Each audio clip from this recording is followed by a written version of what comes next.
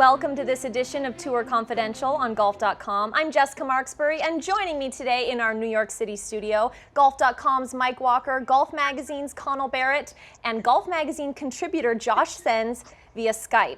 Well, in case you missed it, Team Europe came away with yet another Ryder Cup victory. That's 3 in a row and 8 of the last 10 for those of you keeping track at home. But if you were a little late to the action, it's okay. You didn't miss out on any drama because it all started in the team room interviews with Team USA and Phil Mickelson throwing Tom Watson under the bus. Josh, we have to start with this topic. Was Phil justified in criticizing Captain Watson's leadership style at the Ryder Cup this year?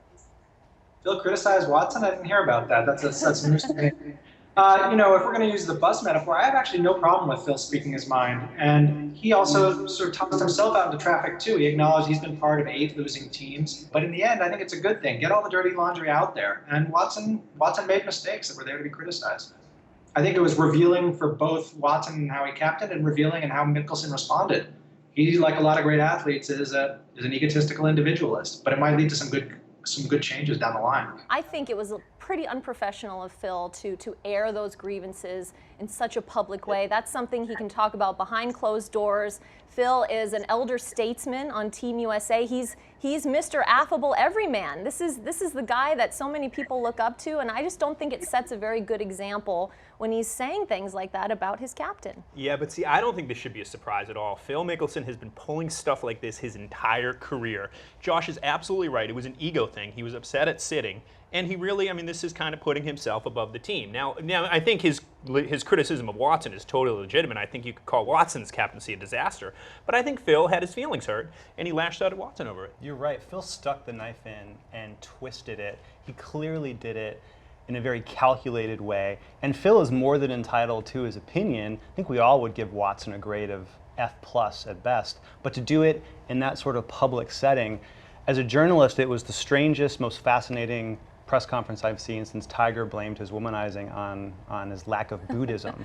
It was great to watch, but it was low class. Phil should have done it privately and behind closed doors. See, I disagree with that. I'm glad he said what he said publicly. I mean, we all want people to share what's on their mind. We're the media, though. We thrive on that. I just wish that wasn't the thing on his mind after losing to Europe. This is a discussion that we've had year in and year out. Europeans are chummier. Team USA just doesn't have that sense of togetherness, and that's why we're suffering in the Ryder Cup. Brandel Chambly made the point that it's because of attitudes like Phil that this is what's happening. Josh, do you agree with that? And is Phil maybe a reason that we haven't been successful in past Ryder Cups? I mean, I think Phil's personality is certainly a symptom. A great talent who's underperformed in the Ryder Cup, much like Tiger has. I mean, I think there's an emphasis on individual performance in the tour, and among the American players, they embrace that team concept a lot less readily than the Europeans do. But I think we should also acknowledge that the Europeans, on paper and on the course, are a stronger team right now. And for the U.S. to win, they have to play perfectly and they have to pick perfectly, and they didn't do either. Yeah, I mean, I think that's fair. I mean, you know, they could have cloned Ben Hogan and Bob Jones this year. And I mean, when you saw the way McIlroy played on Sunday, when you saw the way Justin Rose played all week, I mean, it was going to be a tall order. But certainly some of Watson's decisions, I think, made it basically almost impossible for them to pull this off. There was going to be plenty of criticism for Tom Watson anyway. Going back to playing Phil on Friday afternoon and benching him all day Saturday. Did we really need Phil to come out and say that and stir the pot and end this Ryder Cup on an even more sour note for the Americans? I don't blame Phil for being so upset. I mean, Watson made some very curious choices. There was an arrogance about Watson. It was almost like he expected his players to rise up to his greatness from back in his prime. And they went the other way. They felt like he was out of touch with them. He was also tight-lipped with the media, very short.